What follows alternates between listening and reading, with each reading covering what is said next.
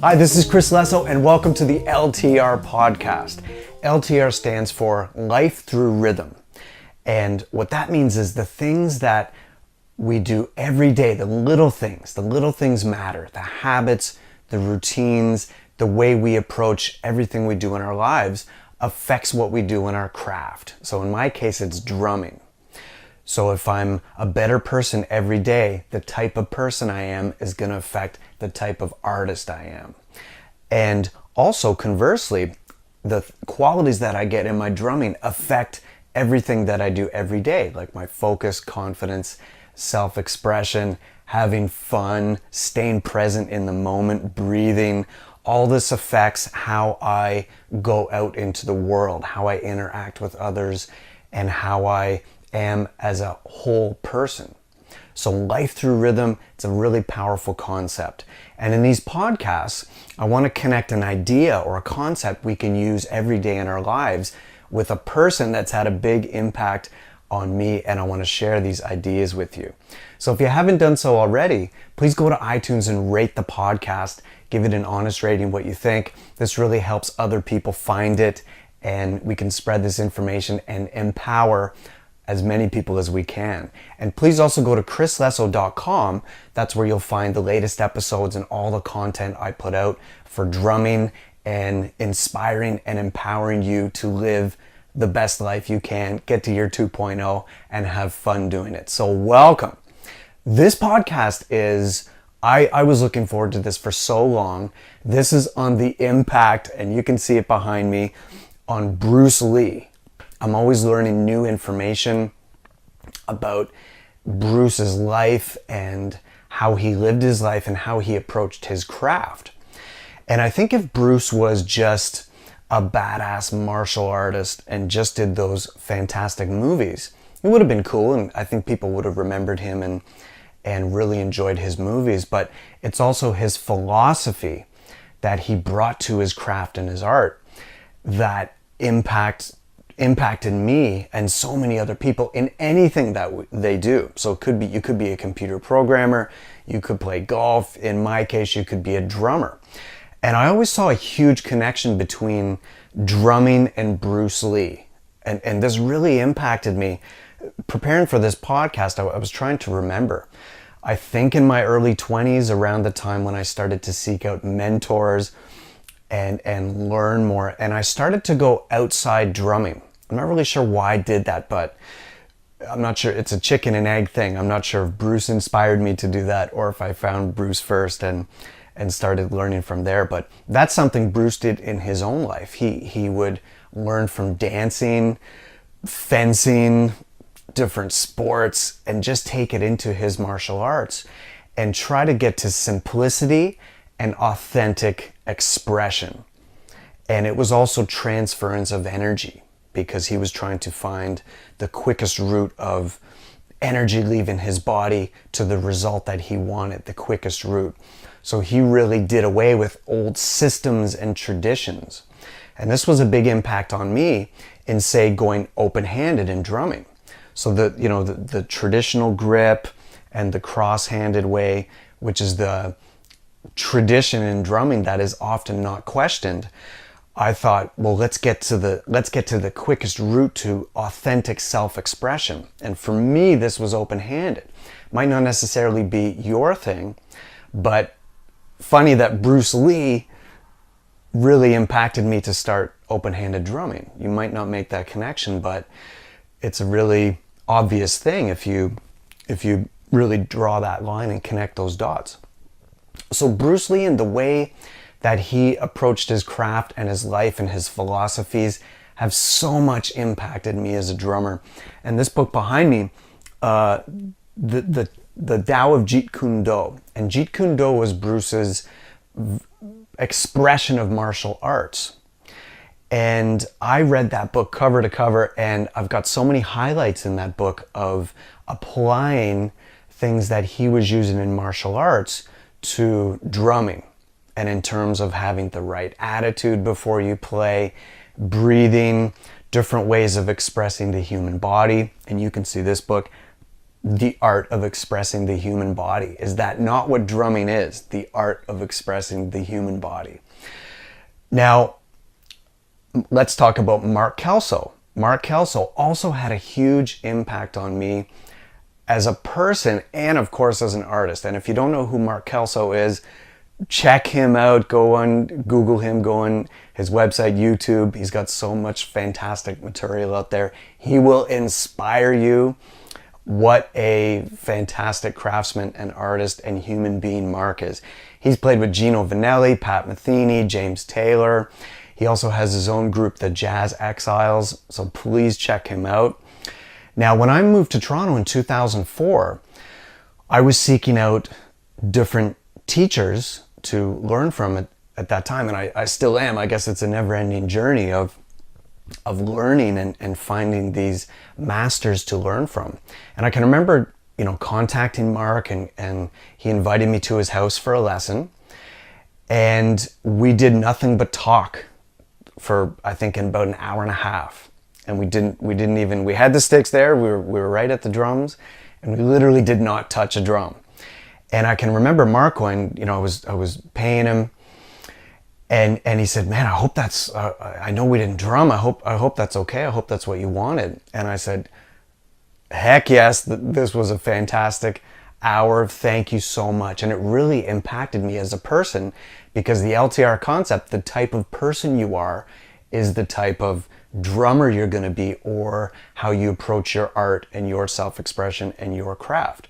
So in that lesson, I got to know Mark a bit as a person, see how his attitude was, see how he approached his craft, even how he carried himself, how he spoke. Remember, the little things are the big things. And it made such a huge impact on me. And I can remember even in those early lessons and conversations, he spoke about the impact that Bruce Lee had on him as a person and as a drummer. So I thought, in doing this podcast, because I want to connect an idea with a person, I thought of Mark. So you're gonna love this. We went over an hour, and we spoke about Bruce Lee and the impact it had on him, the impact it had on myself to this day. And there's a great podcast put out by Bruce's daughter, Shannon Lee. And I listen to that all the time. And so Bruce is still making an impact on me, and that's 20 years plus. And I think people all around the world, whether it's DJs, computer programmers, athletes, they also share a huge impact on Bruce, or by Bruce, in whatever craft it is. So it's fantastic. So check out this hour. We went in depth, and I learned a lot too. Mark really spoke of Steve Gadd being a really close connection to Bruce Lee as well, in the way that he approaches his drumming. Many of the same qualities that Bruce used in his martial arts. So get the books, check out Shannon Lee's podcast, and get into this hour. This was a fantastic hour with Mr. Mark Kelso on the impact of Bruce Lee to drumming. Check it out. Have fun getting into this content and be inspired. Thank you for doing this. I'm in. All right. So I thought Bruce Lee had such an impact on me when I was like about 19 or 20. Yeah. And I've drummed since I was like 6 or 7, but I'm trying to think of that connection to drumming. Yeah. And it just seemed really natural to me. And now I joke around to my students like one of my favorite drummers is Bruce Lee. Absolutely. It just seems so natural, the connection. Absolutely. And so much of it is in his body movement and also his philosophy. And I think if Bruce was just a badass martial artist, it would have been cool, and he would have left those movies, but his philosophy and mental game and approach, that's the deeper sense. Yeah. Right. All his books and the stuff that he wrote. I mean, he was making the movies, but simultaneously teaching in San Francisco. Yeah. And spreading his philosophy. So he at a very young age, he really established what he wanted to do. And obviously, we're looking at that thing about change is hard. Mm-hmm. He put a lot of noses out of joint in the martial arts community, as you probably already know, because he was teaching it to foreigners, and he was mixing styles. So a little bit of jiu-jitsu, some aikido, some wrestling, some boxing. He's making this big cake with everything in it, and they're like, you can't do this. But he was also very cocky and confident. So he would say, this part of I'm doing it, but this part of what you do, it doesn't work. Yeah, it's ineffective. And so people were really like, I think took offense to him sort of saying that this is no good. Yeah. So he was that strong in his conviction and what he knew was right, and the proof is in what you see. I mean, those scenes from those movies, they're 40 years old, and you watch it, and Enter the Dragon, the fight scenes are a thing of beauty. Oh, and the famous one with Chuck Norris in the Coliseum in Way of the Dragon, you just go, it's his philosophy was built into his choreography. Yeah. Right? And people who knew him, any of the martial artists who talked about him said he was really badass. Like in real life, it wasn't just acting. He was a strong fighter, and he was fast, and he was quick and effective, because people were always going in his movies to challenge him. Yeah. Because back then, looking at the mid-'70s, like, this guy's not so tough, he's just an actor. Yeah. And then, okay, hang on, cut. Ba ba ba ba ba. Let's go. Unreal. What just happened? Yeah. I mean, you wouldn't see that today in a movie, right? It just wouldn't happen. Yeah. Guy'd be kicked off the set. But back those days, it's like, hang on, let me take care of this guy. Unreal. Yeah, I heard a few stories about that. And we have to think about that time too, like late 60s, early 70s. Yeah. So many of those boundaries hadn't been broken yet at that time. He married a white woman. Just even that alone in the community was very frowned upon, an interracial marriage in the 60s. So he broke boundaries there. He broke boundaries, as I said, by teaching to anyone who wanted to learn. Yeah. And so he was one of the forethinkers of modern society. For sure. Intercommunication and just people, it's for everyone.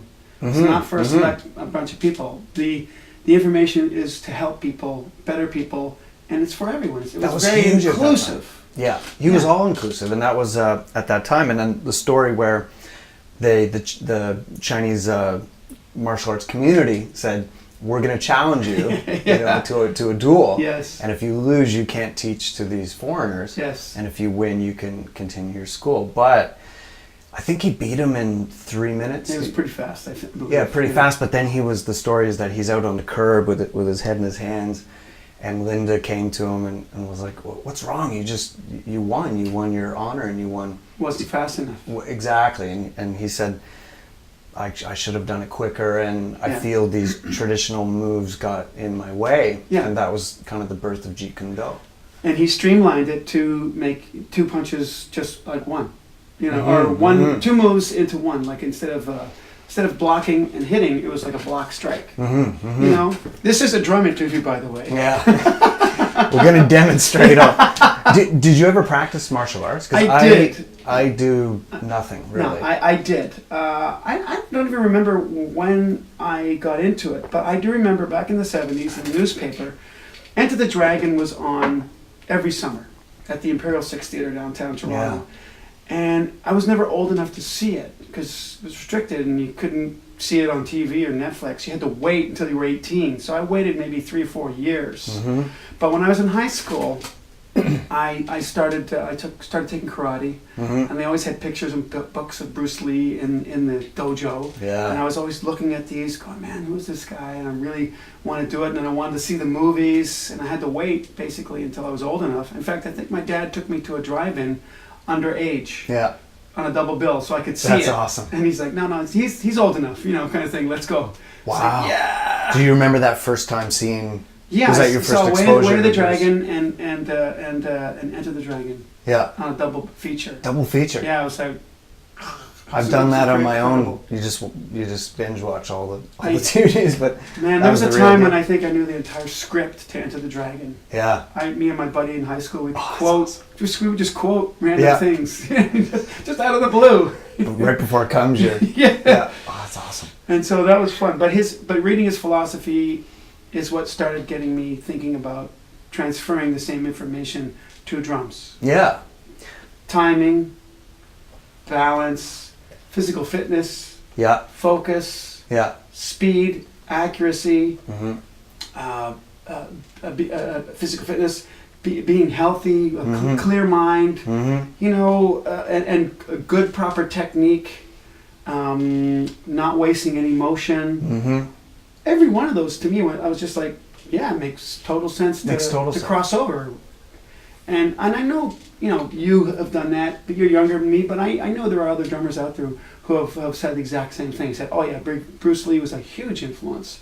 And I think if you look at drummers or musicians around the world, I'd probably say a bunch of them would have put Bruce Lee Mm-hmm. as the outside non-musical influence. You know, or maybe some other athlete, you know, Michael Jordan or Andre Agassi, or someone who was at the top of their game who Mm-hmm. worked really hard. Other instruments too. There's a ukulele player. I'll send you a link. I can't remember his name right now, but I heard him on the Bruce Lee podcast I was telling you about. I can't wait to hear that. And it's fantastic. and they featured a ukulele player. Yeah. And he was like massively influenced by Bruce Lee. And he took it to the ukulele, but broke a lot of boundaries with playing the ukulele. Like the ukulele has its, you know, traditional pieces, and he put like just, you know, certain effect pedals on it and combined styles. And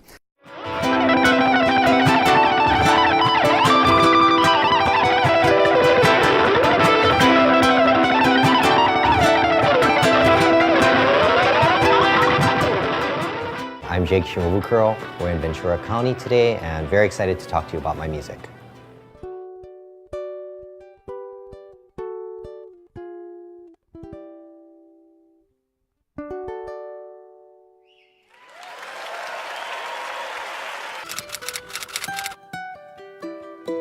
One of my biggest heroes when I was a kid was Bruce Lee.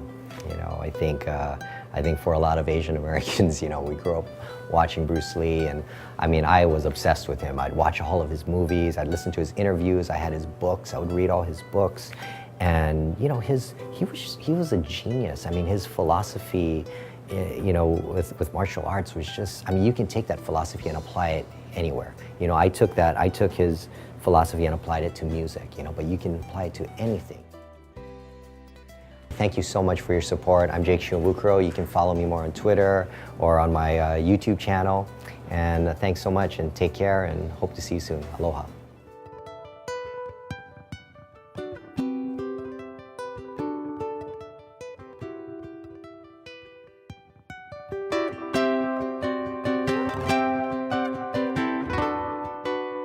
that made sense to me, what Bruce did about how he said, why can't I take a bit of boxing, a bit of fencing? Yeah.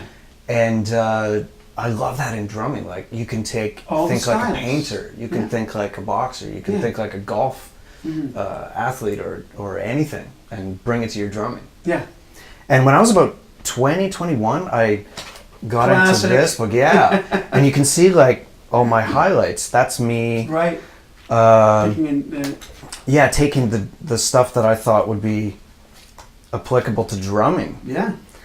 And I haven't been through this. This was a good excuse to go back into this, but I put, a good fighter must sense rather than perceive his chance to strike. So when you're drumming, listening and also thinking. Yeah. You know, you're in your head and you're playing, but just to get into that kind of no mind, that flow state when you're playing. Yeah.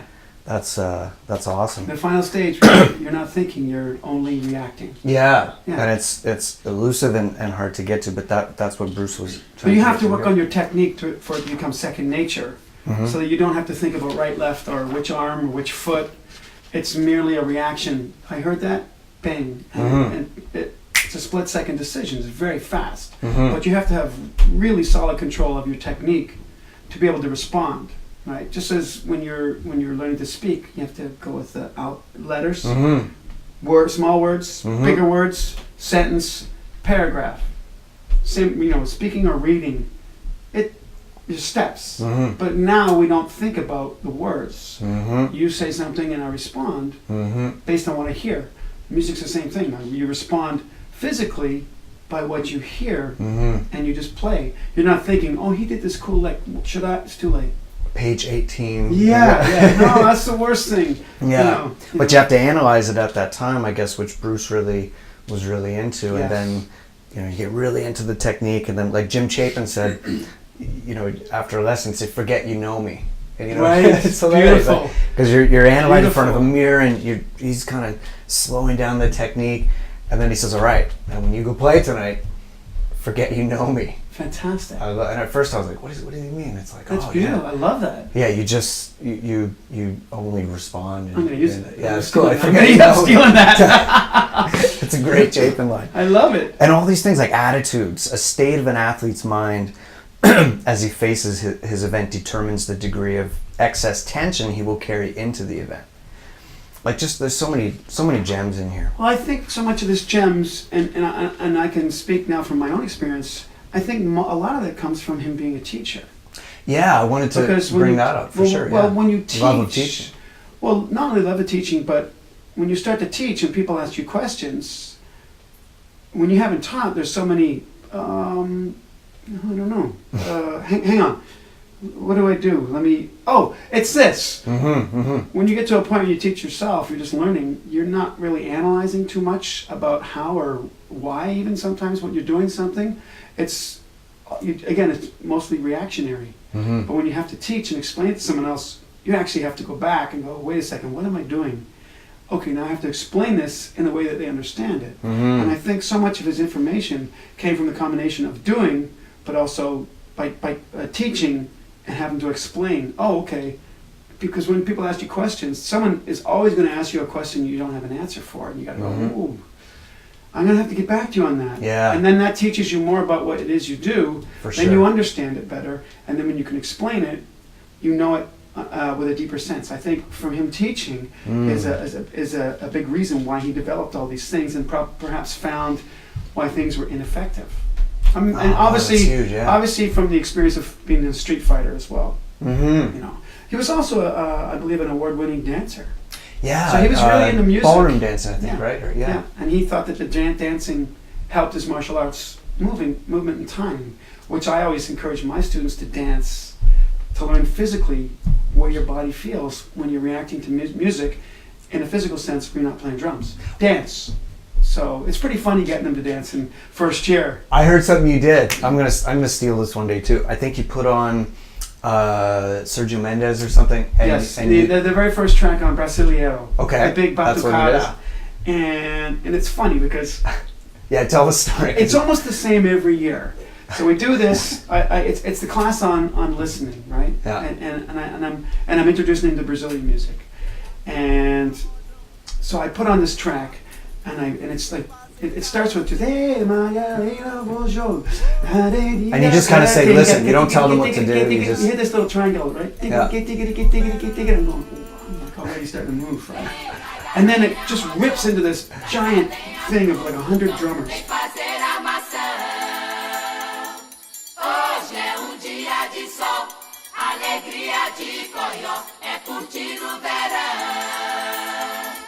Do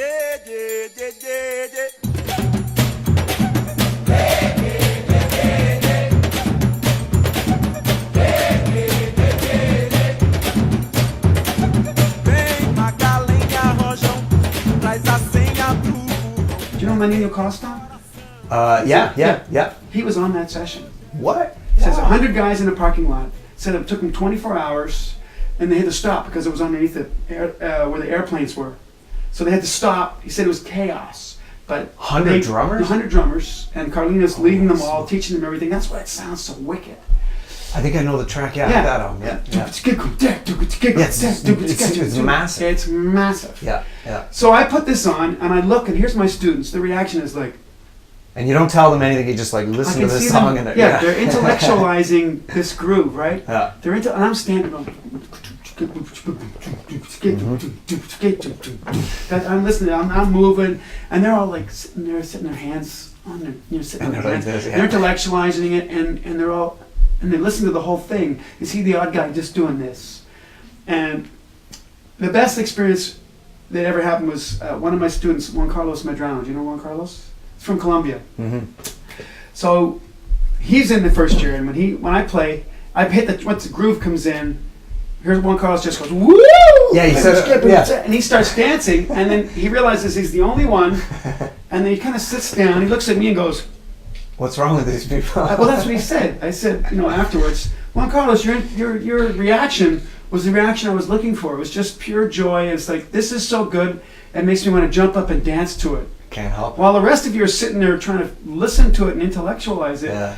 he's like, yeah, what's wrong with you people? Don't you guys hear this? If we were in Colombia, my whole classroom would be dancing on the tables. Wow. It was a real education for him, Yeah. and for me, because his reaction was the first time I'd seen that. Yeah. Because normally it's just, Well, it's a really cultural cool. thing, It's really maybe, cool. too. Yeah, this is really cool. I'm trying to figure it out. I said, then I make them stand up.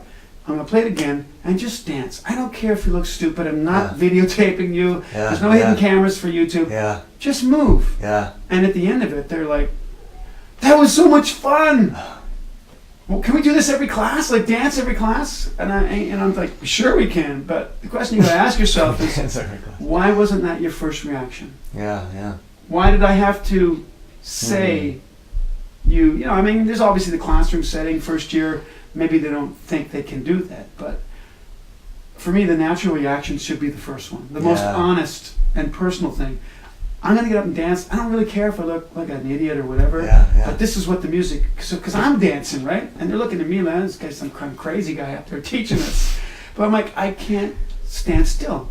Yeah. This track, I can't stand still. I just can't do it. Dom said something great once where he said take your favorite drummers, Steve Gadd, whoever, and watch them, but mute it. Like watch them on YouTube, but in mute, and just watch how they move. And I was like, wow, I never, you wouldn't think to mute your favorite drummer, Mm-hmm. but if you actually go on YouTube and you press mute and you just watch for a couple minutes, it's the dance. It's awesome. The fluidity. It's and I love that in your playing. It's the entire body, shoulders. Well, I saw Buddy Rich when I was 18, and for a young teenager, it's an unbelievable experience. His technique was so fantastic, and his movement was so efficient, and his speed, right? So it was kind of a combination. And he was a martial artist as well. I think he had there's probably a connection there. Black belt in karate. And I think Pat said he was really into Bruce Lee. Pat LaBarbera said, oh yeah, Buddy was big into the Bruce Lee thing. He loved that. But his movement was what struck me. Is like, if you want to be able to play like that, it must look like that. So the fluidity and the smoothness of the stroke, the whole molar thing that I wasn't unaware of. So I learned molar without knowing it was molar. Right, because the way Buddy played. Probably Buddy did too. That's what Joe Morello said about Buddy. It was all molar, but he has no. He said, it's all molar. He's like, what are you talking about? I just do this. You just do it, Right. So that was interesting to see that visual. So, and if you think about it, Buddy was a dancer. Yeah, that's right. Gadd, tap dancer. Yeah. Roy Haynes, tap dancer. Louis Bellson, tap dancer. Yeah. Joe Jones, tap dancer. Jack T. Jeanette, tap dancer. Right, yeah. These guys all danced. So again, you can see that motion. So that if they've had dance lessons, someone has explained to them about movement in the body that can be transferred onto the drums. Did you dance, or did you? I always danced, When I used to work in PWDs back in the 80s, I'd sometimes just go out and dance with, I'd put, when Michael Jackson, when that record came out, the first one, when Thriller came out, Want to Be Down, starting something. I couldn't keep me off the. You can't help it. I was like, ring. I just finished playing. I'm gonna play again, and away I go. I'm dancing out there. So if there were friends there, I would dance with them. Or I would just go out and dance. And it educated me about my time feel. If I was edgy, if I felt the head of the music, or where was the groove. So I started recognizing the physicality and how I felt when I was interacting with music away from the drum set. Wow, that's huge. Well, I took 6 months of tap dancing awesome. actually, because I wanted to get. I heard Bruce was a dancer and all these drummers that you named. Yeah, I think cha-cha-cha was his thing. Yeah, that's what it was. Yeah, that's right. He was the cha-cha champion or something. Yeah, that's right. Yeah. And I felt drums in a different way, like from the feet, from the core, as an entire body thing. Was I the tap dancing champion? Absolutely not. Doesn't matter. Even 6 months of lessons made that leap for me. So yeah. Anything that you learn that benefits you, it's worth it. Yeah, like I want to get into calligraphy soon. Oh, cool. Just and I think that would be transferable to the drums. And minimalism and why not? Movement and I'm about to expression. start Tai Chi. Wow. Yeah. I want to There you go. Because That'll I'm into slowing down, right? I'm really into slowing down with the slow metronome exercises. So I'm doing an assignment, an online course for my teaching right now in Hamburg. And a big part of it is incorporating the slow into drumming. So the exercises, so I thought, I want to go outside of music. So what's really slow? I thought Tai Chi is really slow. So I want to talk to some Tai Chi masters about the benefits of slowing down the body and how it affects your mental focus or just your consciousness, breathing, physicality, breathing, all that. And then again, trying, if there's information to transfer, then that's my next endeavor, my next project. Oh, that's and something you said last time we met really impacted me about cultivating space in your life. And just the creativity really comes from space. Right. And we have the tendency to fill it up, with space instead of, and also space within practice. Yes. Like 30 BPM. and the metronome on the gaps, which I'm working on, that's space. Sorry about the torture. Oh my God, it is torture. But when you get it, like for me now, after about 5 years of doing it, I can hear that offbeat triplet at 30 BPM really fast, and I just jump into it much easier than I did when I started. I'd be like, whoa, oh my gosh, I'm too fast. I'm giving myself 5 years. Okay, boom. Now it's like, now I can do it. So now I go to 20, and then when I go to 30, I'm going, holy cow, 30's so fast. Right? 30 is a huge leap from 20 BPM. Right? But the thing about, I think I mentioned this before, that taking away was Bruce Lee. Oh, what? Yeah, his concept about the artist working with a mold of clay. Yeah. And he said to end up with perfection or to end up with a piece of art, I mean, they start like this, but then they remove. They take away, and then they smooth out. And then if they need a little bit more here, and then what they're left with, there's no waste. There's no excess. It's only what's necessary to make it a piece of art. So I started doing that with rhythms that were really busy, and started taking away a lot of the subdivisions. So you were left with kind of bizarre rhythmic figures. But in my head, I've got all the subdivisions. So when I do the thing, you just go, wow, it's such a tug rhythmically. So when I first started pulling some of those off on the other musicians, it'd be like, oh, it'd be some knee shaking and some buckling here. It's like, whoa, what are you doing? Stop. It's like, no, it's really just this. But I'm taking a whole bunch of notes out, and I'm like, oh, drummers. Well, you're challenging their time as well in the process. Because you're soloing, but you're incorporating space. And that's Jedi stuff, man. That's the whole Jedi thing could be founded upon Bruce Lee principles. In all honesty, I didn't know that you connected it with Bruce Lee. That's awesome. Of course you could. If you looked at the whole thing, you'd be like, yeah, they got this from Bruce Lee. All the Yoda stuff, that's all Bruce Lee. It really is. I mean, it might be a different terminology, but the concepts are, and Bruce, obviously some of the stuff he did not come up with, he got it from ancient texts and Lao Tzu or any of those, The Art of War, any of those famous books. His library was just kind of seeing these photos of his library and hearing very well read. His daughter talk about the size of his library. Very well read, lots of knowledge, and then from everywhere. What did I read recently? I got a new book on Zen. I forget Suzuki. I forget the first guy's name. It's so new, but beginner mind, Zen mind. Oh yeah, okay. And the concept of slowing down. Yeah. And right in the front it said, in the beginner's mind there are many options. In the master's mind there are few. Right? So it's efficiency. Okay, I can do this. Or I just do this. There's no getting to the idea. The idea is already one with the person. And I thought, wow. Bruce was all about I'm going to put that on my board at school. It's simple but deep. Beginner mind. Those are the best. Mastermind. You want to build towards there. Right? And you have to take away. Keep a beginner's mind. Do I need to know how to play 30-second note triplets in 25/8. Maybe once in your life, maybe full of systems too. Yeah, Yeah. you know, or just bing, you know.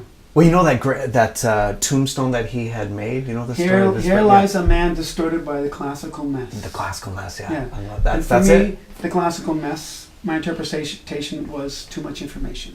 Do you find yourself still deleting? Yeah. And going, I guess it never Absolutely, ends because yeah. I'm doing that. Yeah. Yeah. I think it's a Questioning lifelong. it. He always said it was a lifelong process because Mhm. the moment you stop learning or thinking about things, you know, becomes stale. And like Mhm, water, when mhm. it's stale, it's dead. Mm-hmm. Right. So Yeah, be like water. Always, that was his big thing. So again, so much of his ideas were pretty much defining moments for me with this instrument Mm-hmm. and life skills and music skills.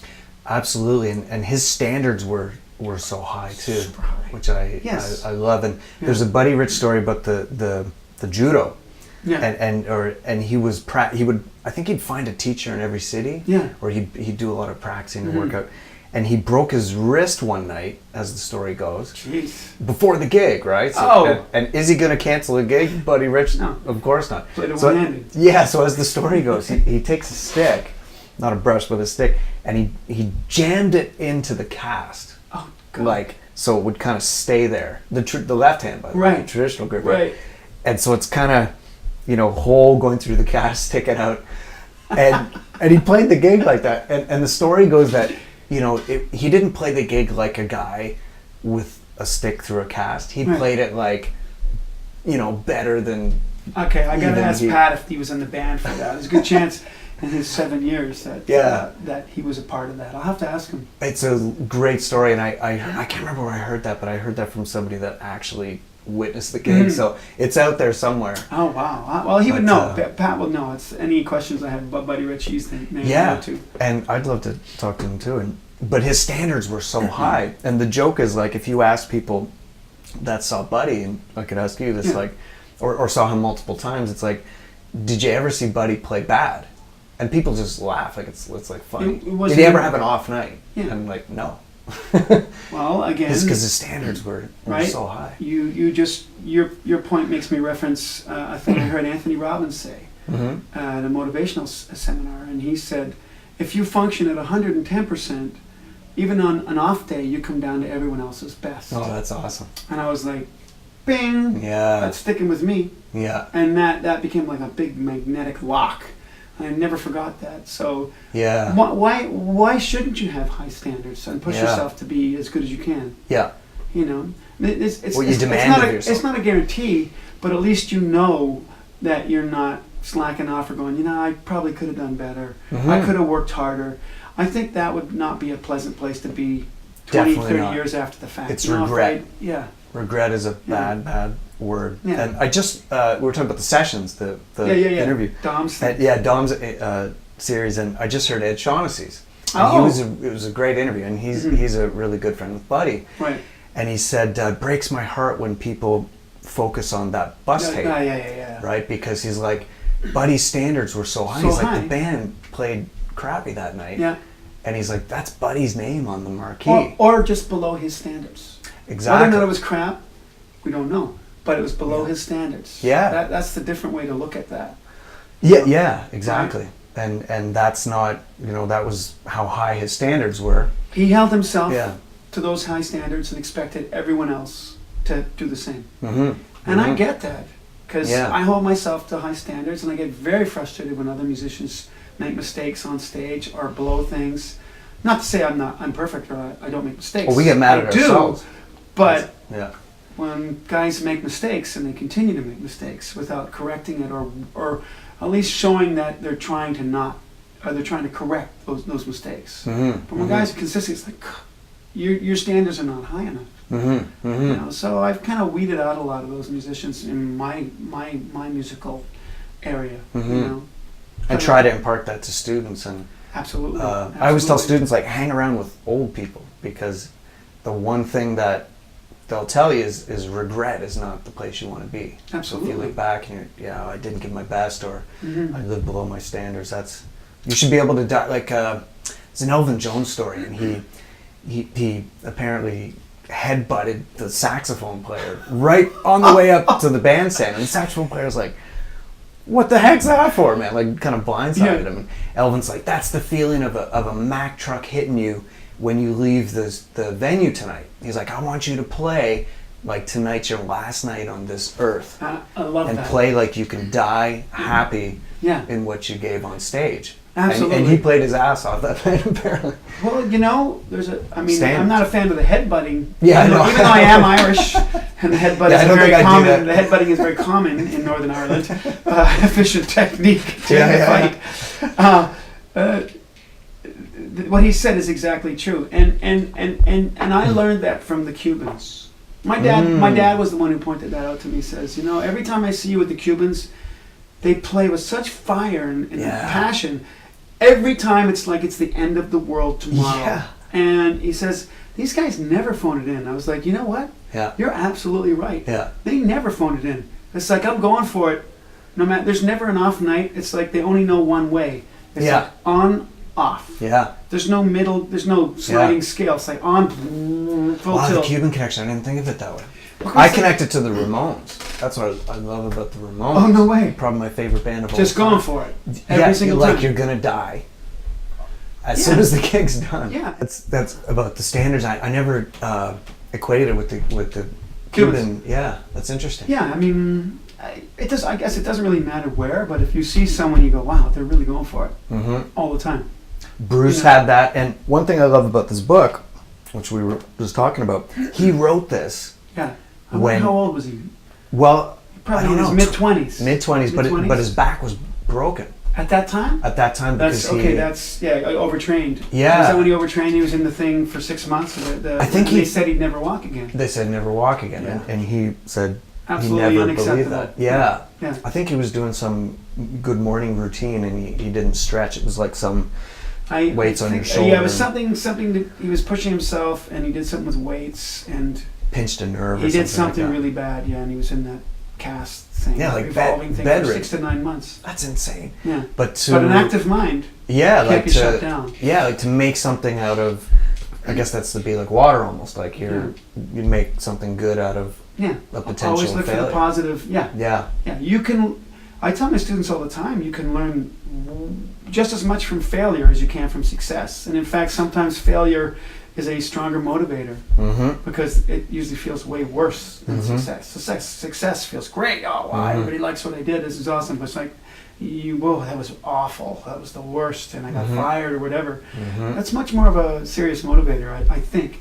So you learn from failure. And what he went up against as a Chinese actor at that time, you know, he was refused the role for what's that show? Kung with, Fu. Yeah, I mean, He was the title says it all. He was right? refused for the. Not only that, he was refused, but he also was the one who developed the idea. Oh right, yeah, And yeah. with Sterling Silliphant, I believe, was the director. He was in this. He had this concept, and they were like, you know, the world is not ready for A Chinese star or something. TV stars, and so they gave it to a white actor and made him look Chinese. How David wrong Carradine. were they? Super The wrong. world's not Super ready. wrong, right? Jeez. And the show was a big success, so it really gutted him. That I believe that it really gutted him. Yeah, from what it I've did, read yeah. to have that happen, Mm-hmm. and then because it's around the same time, and because he'd already had a couple of movies out, and The Green Hornet, which was called which was called Kato in China. Yeah, He was Kato the star. show, It was yeah. the Kato show or something like that. Yeah, You know, so he was modeled in China when he went back. yeah. And then Enter the Dragon, his penultimate, you know, homage to just greatness. Yeah, yeah. So awesome. I want to play a little clip, and this is from the Bruce Lee podcast, which I was telling you about. Yeah. And yeah, check this out. Emotional content. Okay, I feel like we need to define what Bruce Lee meant by emotional content. That's Enter the Before we Dragon. do that, Yeah. I want us Right. to play the clip from Enter the Dragon where he talks about this. What was that? An exhibition? We need emotional content. Try again. I anger. said emotional content, not anger. Now try again. With me. This is a slap. That's it. How did it feel to you? Let me think. Let me think. That's it. Matt. Don't think. Feel. It is like a finger pointing away to the moon.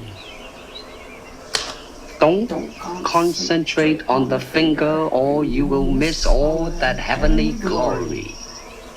So, Do you understand? when you said Fantastic. That's famous. Yeah. I mean, That's the best. I use that scene in my teaching all the time. You just slap your students? Well, Yeah. no. I do not. No. No whiplash. No. No, but I quote that scene all Yeah. the time for that very reason about emotional content and don't. The big thing for me in that is don't think, feel. That was the part that was like, boom. The mind was like, that's the heaviest thing I've ever heard in my life. Yeah. Don't think, feel. Yeah. And being authentic. Like I think he was so much about self-expression and being yourself. Yeah, telling truth. I had a great lesson with Steve Ferroni once. And again, another defining moment. I remember sitting down. It was up at Just Drums up in North York. Wow. And he was in town. And I said, Ferroni, I love killer groove. I want to go. That's amazing. And he says, sit down. You know, his funny British accent. And he just said, go on, play me something. So I sat, play me something funky. So I sat down. And he screams. He says, I don't believe you! Oh, wow. And I stop. I'm like, what? He says, I don't believe you. I don't believe you, man. Give me truth. And I was like, here, give me the sticks. He took the sticks and he says, he's like, do you believe me? I mean, there was a few extra words in there, but do you believe And me? he's just playing and I was like, boom schmack. yeah. And I was like, yeah. He says, you do it. I sat down. He says, no, why didn't you do that in the first place?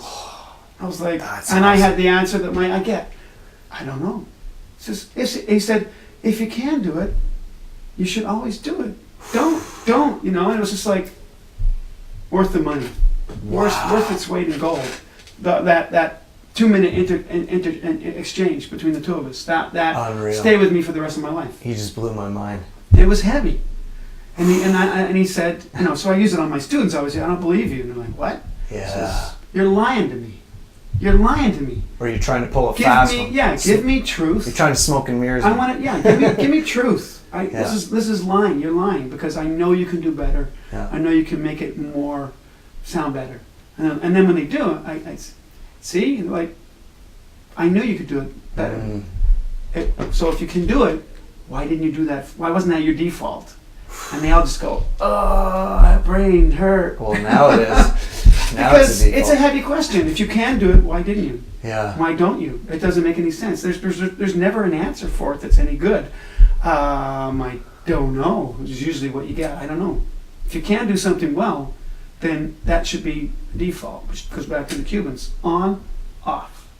Do you think that's a cultural thing, and just the I'm not sure. environment? I guess not that's sure. a whole nother.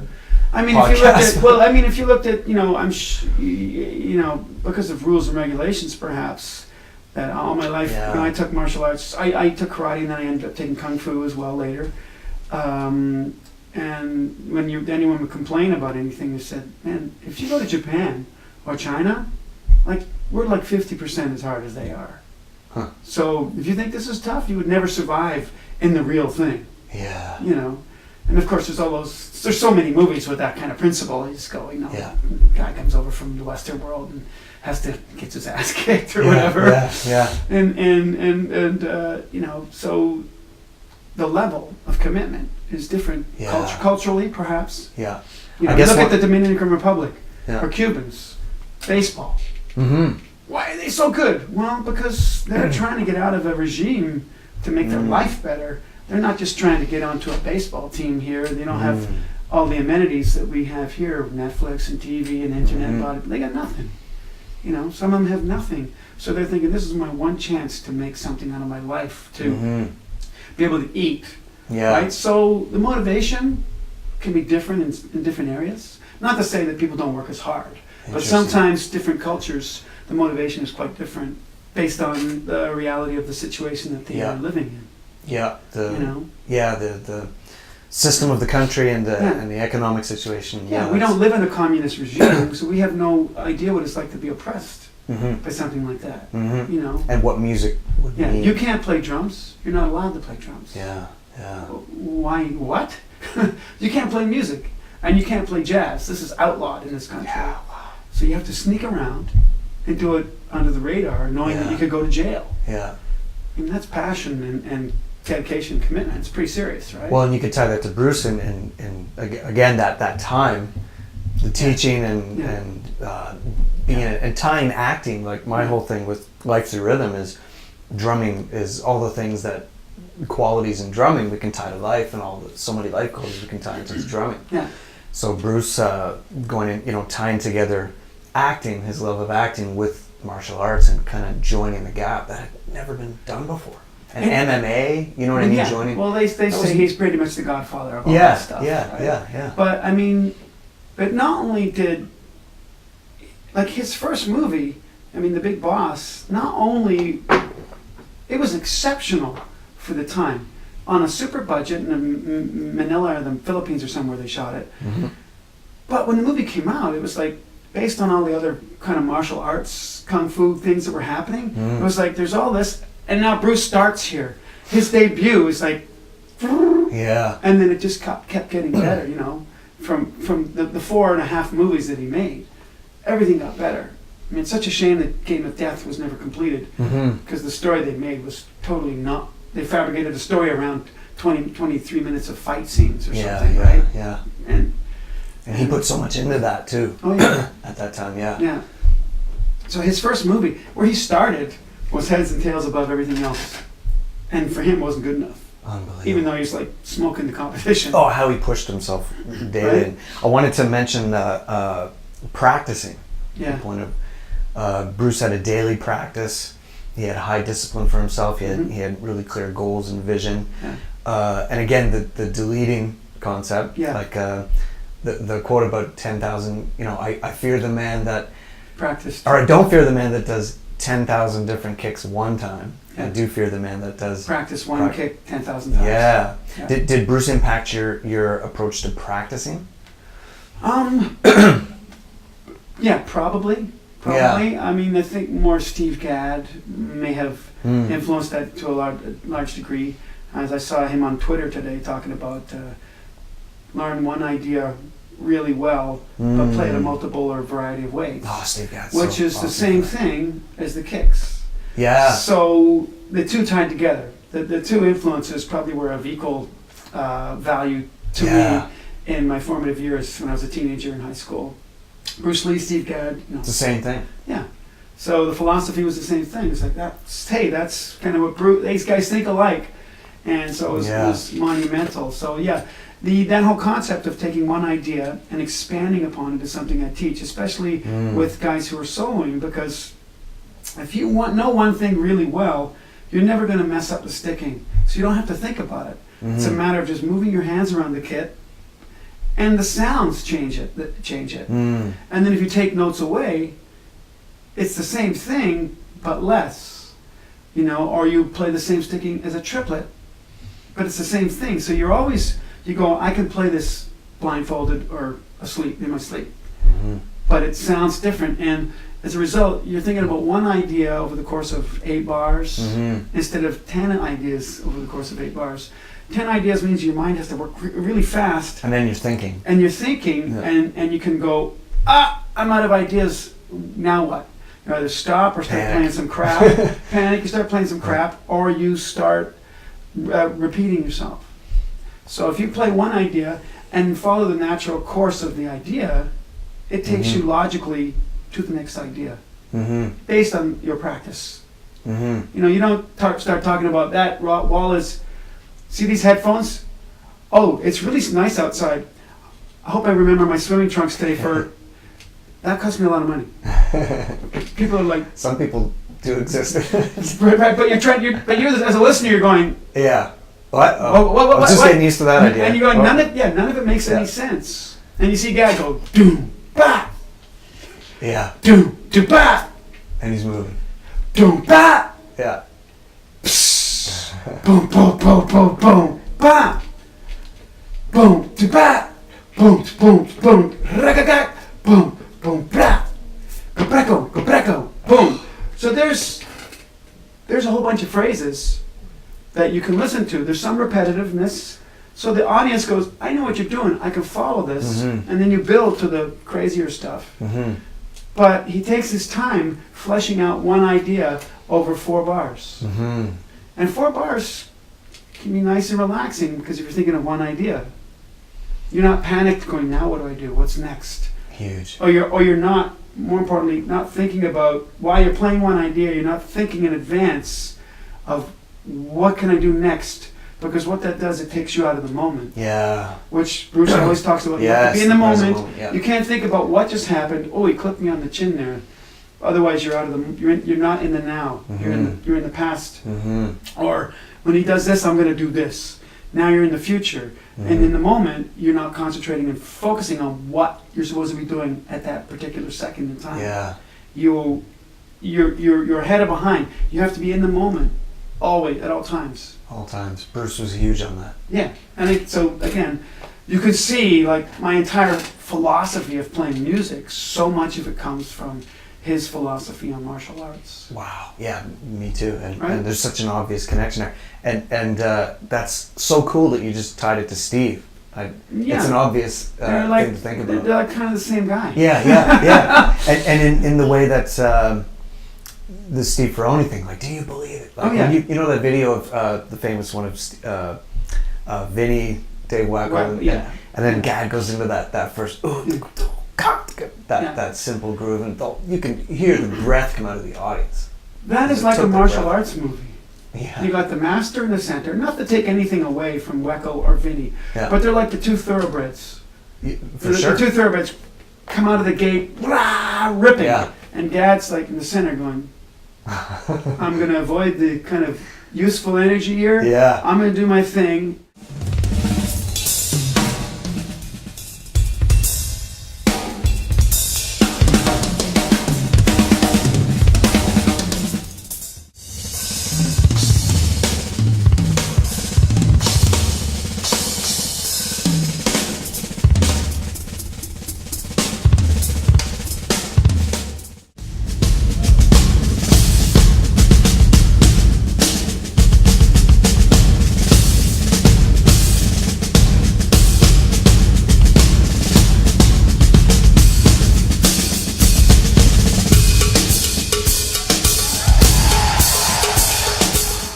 He saw the arc better, the arc of the length of the training, and he would even tell you all this. They smoked me. Like, man, I got creamed on that. It's like, no.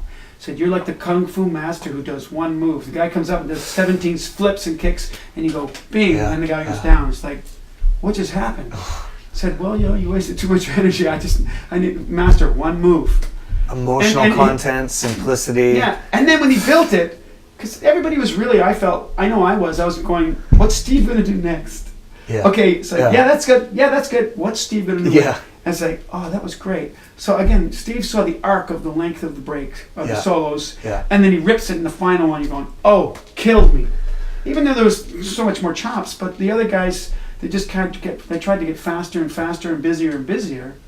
Where Steve saw the arc of the motion, of the movement, and just played something that was connected for a really long time, as opposed to excerpts of wildness. And I'm sure there are people who like, obviously, what Vinny and Dave Wacko did better.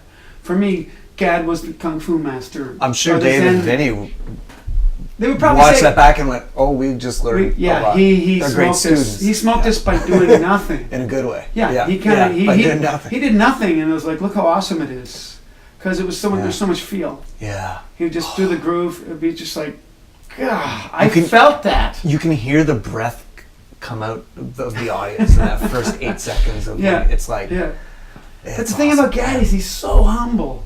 He's so humble, man. You know, last time when he was in town playing with James Taylor and I took him out to lunch, I mean, we didn't even talk about drums. It was me, Luis Conte, and Steve, and my dad.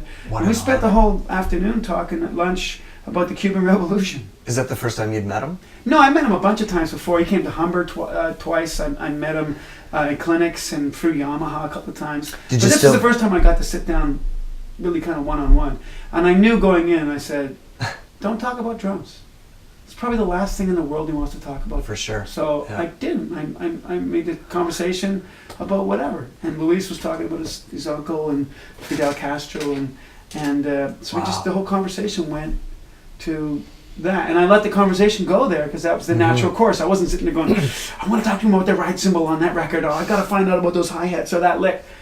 As much as I'd love to know that stuff. Yeah, I bet you could have. I was like, no, I just want to.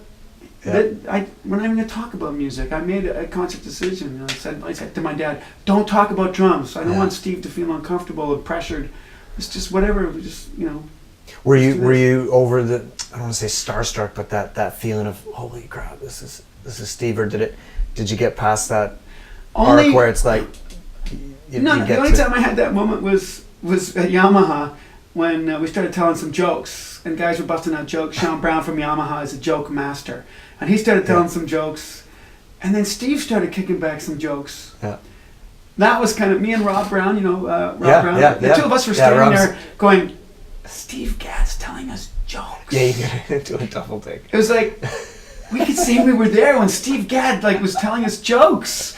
Because, it was just sort of, it just seemed so weird. That's when we kind of were little nerdy fangirls. Yeah. It's like, Steve Gadd's telling us jokes. Awesome. We were privy to this moment that only his inner circle would be around. So it was a really kind of sweet, kind of cool moment. Yeah. It had nothing to do with music, just the fact that he was telling these pretty funny, dirty jokes. Right? So I was like, wow, Steve Gadd just said this to me. I can't, and it was awesome. It was just kind of but otherwise, no. I mean, I have the utmost respect for him and his career that he doesn't even have to do anything anymore. He can just come in and just sit there and say hello. And be like, awesome. Well, I like to find out who the person is, and then you go, oh, I see how it connects to the drums. I think I had a lesson with the person my take is he's super relaxed, he's super chilled, he loves music, and he loves the groove. When I gave him my DVD, he looked at the title and he says, musician first, drummer second. Yeah. He said, man, that's a great title. He said, that's what it's all about. That's what it's all about. That's what it's all about. I said, where do you think I got the idea? This is you. This is this is your legacy through me, talking about the stuff that I learned from listening to you. It's like, oh, thank you, man. But it was not a bullshit one. It was like sincere. Yeah. I was like, and when he saw me backstage, he's like, hey, man, you sounded great. And I was like, whoa.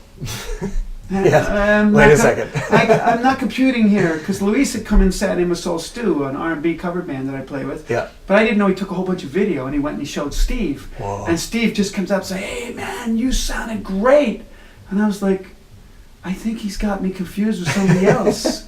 I said, what do you mean? He says, oh, no, Luis videotaped your band. It's on. Are you guys playing again? I was like, Steve Gadd could have came and sat in on my gig. Then now I go to nerdy fangirl again. I just like, that would have been the most awesome thing on the planet. But the fact that he gave me a compliment about it sounding good, lifted me off the ground. I didn't even know what to say. I was I think I might have wanted to start crying. It's like, that's too heavy. I can't.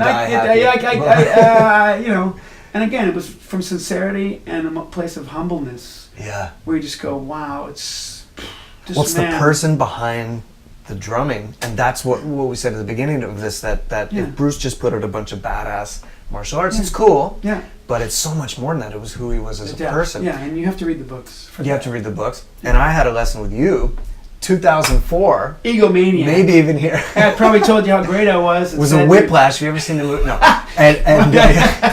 But our lesson, I remember at the end of it, you said, Chris, is this okay? Did you get what you want? Because we just talked. Right. We didn't even touch a drum. Right. And I kind of wanted that, who's Mark behind, and I think we talked about certain concepts, and it was one of the best lessons I ever had. Oh, thanks. So that connection with Steve, and you just talked about everything beyond drumming. I'm sure that Yeah. gave you such an insight into who he is, Again, even as a player.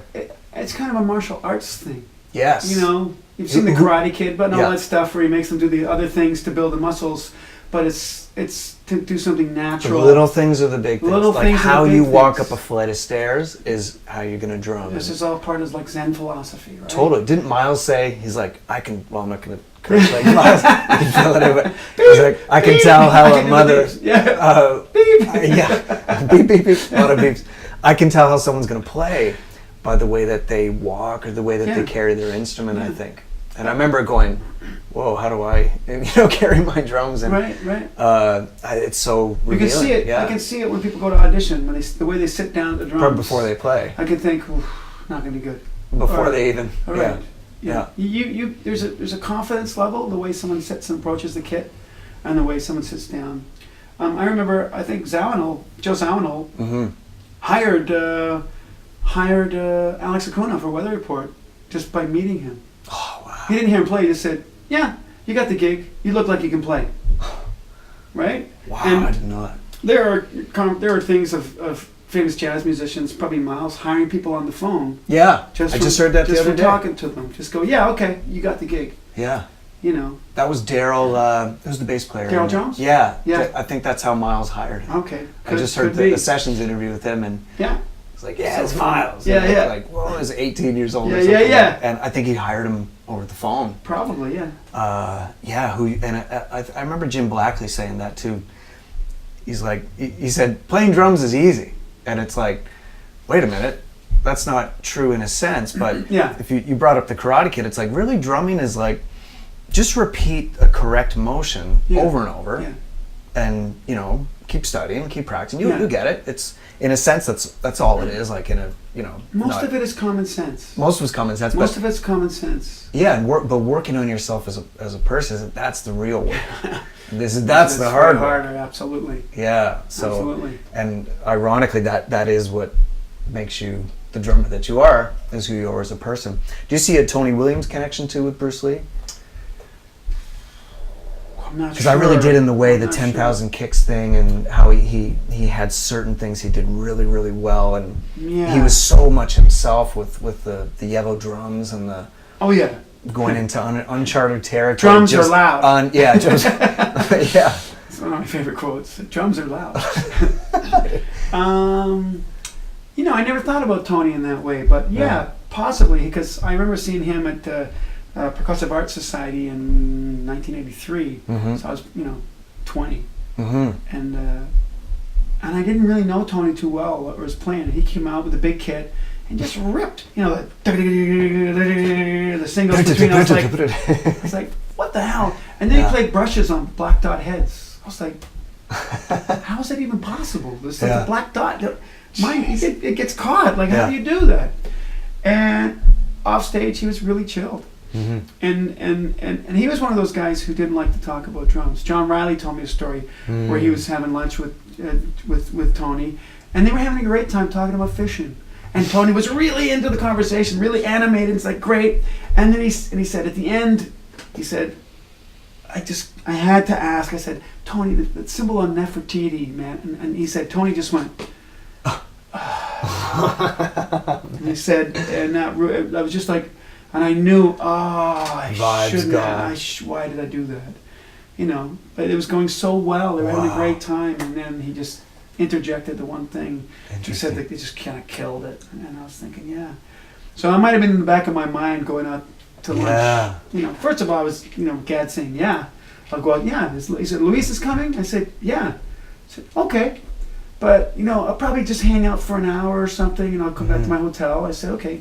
We hung out for 3.5 hours. So I took that as a good sign that he was having a good time. I didn't know you spent that much time with Steve. I had never made that connection with Bruce either, and Steve. Yeah. Although now that we talk about it, it's a beautiful connection. And you start looking for it in certain individuals, I guess. You see elements of some kind of martial arts philosophy, and you go, yeah, okay. I think the most far out one that I used was, I was talking about Apollo 13 and how they got back to Earth using momentum, and I was trying to relate it with the Molar Strom. and I was kind of seeing, the odd student be like, okay, I'm losing. I'm losing it. Yeah, I know you can get too esoteric. Yeah. But using, and Bruce was huge into that, like using a huge Analogies. connection with nature and analogies. Yes. Yeah, and using the energy that's already there. Yeah. And, I use a bird flapping momentum. its wings. Yeah. Yeah. Birds do not fly. The that's birds cool. do not fly up and down. Yeah. There's no tension. I mean, the only ones, like if you look at a hummingbird or a fly, who don't have wings moving like this, they have wings fluttering. They have to put out like 100 times the effort. So right there in nature, you can see it can be done, but you have to work 100 times harder. Interesting. Whereas a bird just goes That's awesome. glide, Yeah. glide, and the bigger the wingspan, look at bats or eagles. That makes me it's think of a dragon. or a they do dragon. that, This like, one massive thing. And the dragon terminology for Bruce Lee. We're right back. Yeah, man. But that motion, right? That flowing motion, it exists in nature, and we just have to find it. Yeah. Right? The proper way to do something exists in nature. If you're doing this, you're fighting your body. It's bad ergonomically. Yeah. You have to use more muscle tension. It's not relaxed, but the fluidity comes from the snap and the kinetic energy of, say, like a whip. Yeah. You think in high school, the wet towel in the locker, guys they knew to whip it and snap it on your butt. Yeah, to get towel. and it's Yeah. But if you just took a towel and went around someone, they'd be go like, what is that?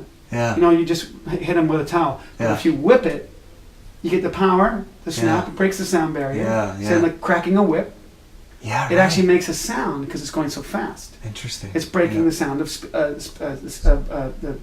it's breaking the speed of sound. Yeah. Yeah. Yeah. Right? The clap. But if you the just thunderclap. try and hit someone with a whip Yeah. without the snap, there's no power Yeah. and it doesn't work and there's no speed. The whip motion is what gives you the power and the speed. Interesting. And Yeah. again, birds, it's there in nature. I'm getting a huge lesson today. I'd never.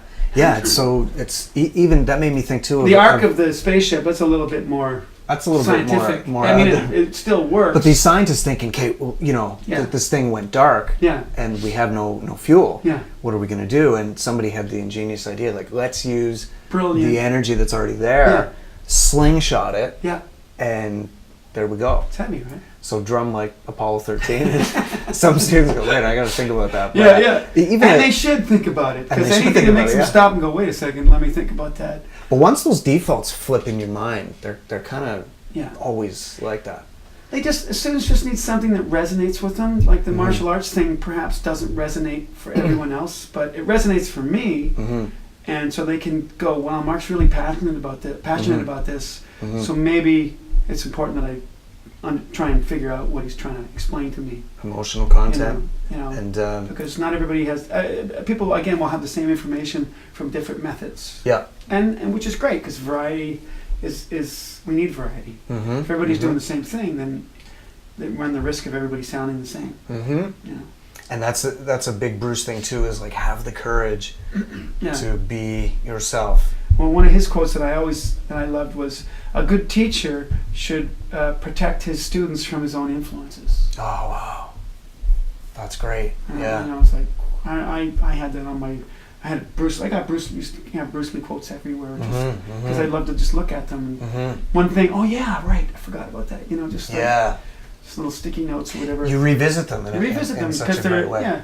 and because the older you get, hopefully the more wisdom you have, and the more you can see the depth of the simplicity of certain statements. Like I think of musically speaking, the band Stuff.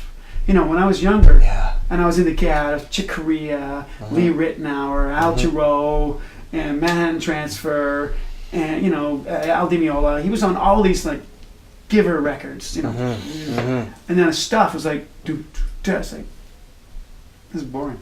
He hasn't done anything. Yeah. No drum solos, no fancy stuff. What is it? And it took me years and years later to listen to it and go, oh my God, it's so heavy. It's so heavy I can't even deal. The groove is so heavy I can barely even function. listening to it is like frying my circuits. But my listening skills hadn't developed enough younger to hear the depth of what was there. Yeah. And the old tip of the iceberg. I was looking for the fancy stuff, and then the beauty in the body, the power, and the vastness is below the surface. Bruce went through that phase too. Always. In the show me something fancy, show me, and then you know his first teacher Ip Man, and then as he progressed, he found the depth in the simplicity. It's in Into the Dragon when he's on the boat. When he's on the boat going over to Hans Island, and the Australian guy said, "What's your style?" Right. Like, my style? Yeah. You know, he's like, "Don't waste yourself." You know, no, come on. He starts going like this. Come on, show me your stuff. What's your style? My style is the art of fighting without fighting. Oh, that's awesome. What's your style? My style? You can call it the art of fighting without fighting. The art of fighting without fighting? Show me some of it. Later.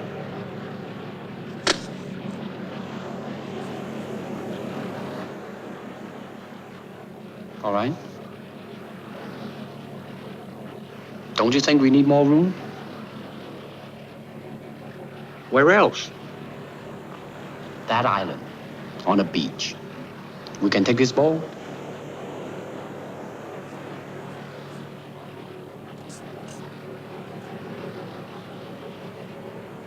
Okay.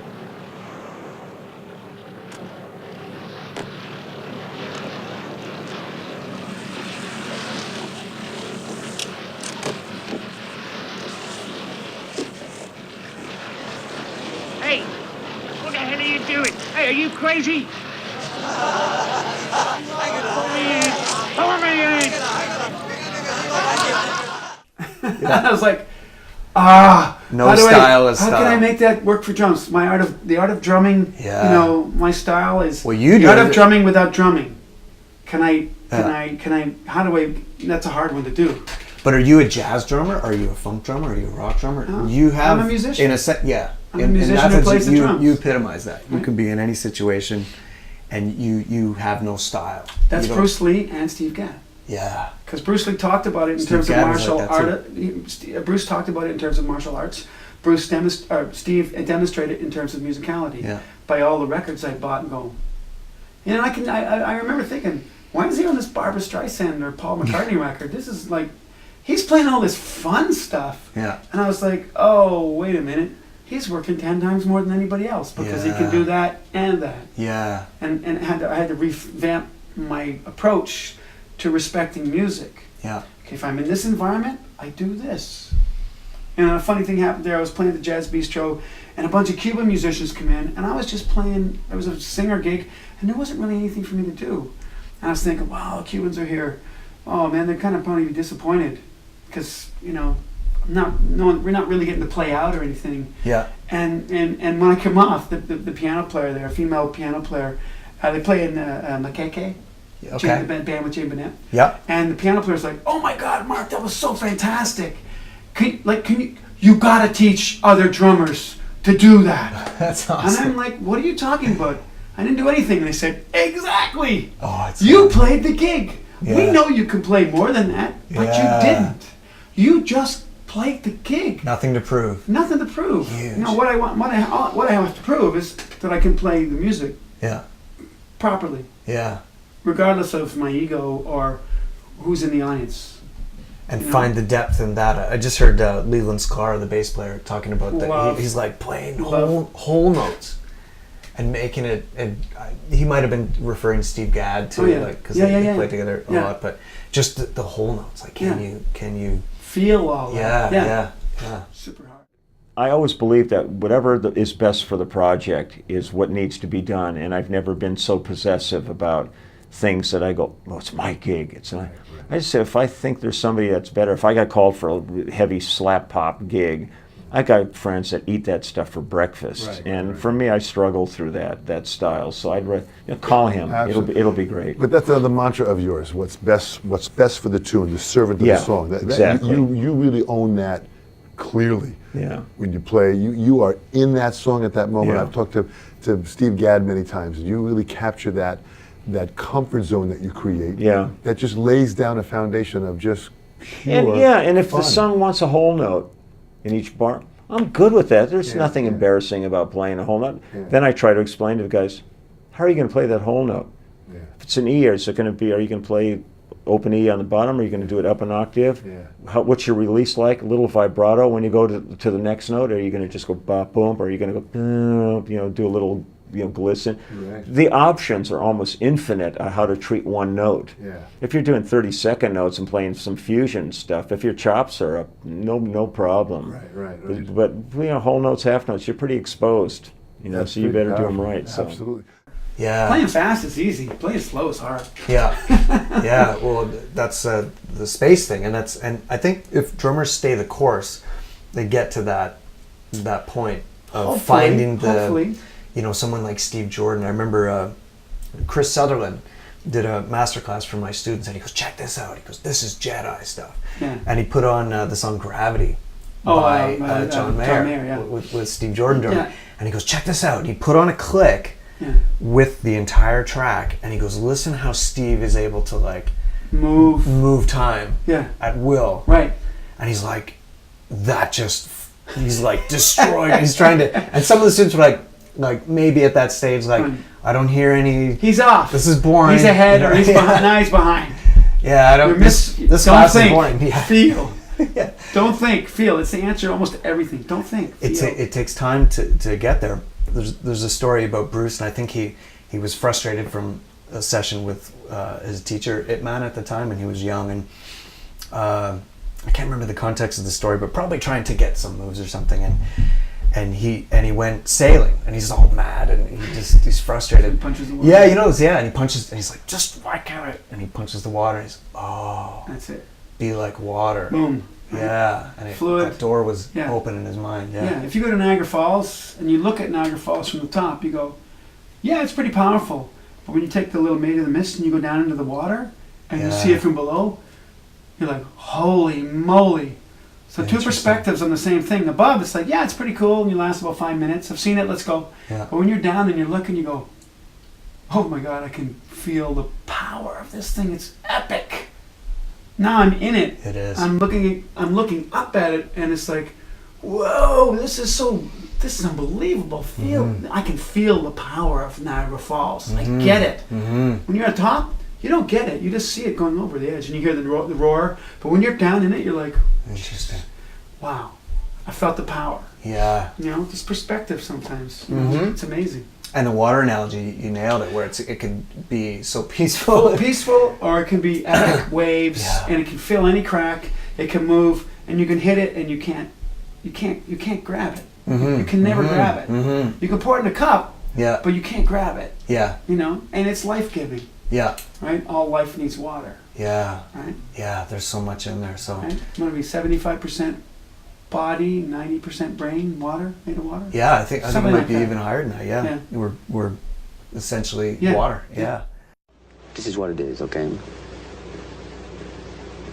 I said, empty your mind. Be formless, shapeless, like water. Now you put water into a cup, it becomes the cup. You put water into a bottle, it becomes the bottle. You put it in a teapot, it becomes the teapot. Now water can flow, or it can crash. Be water, my friend.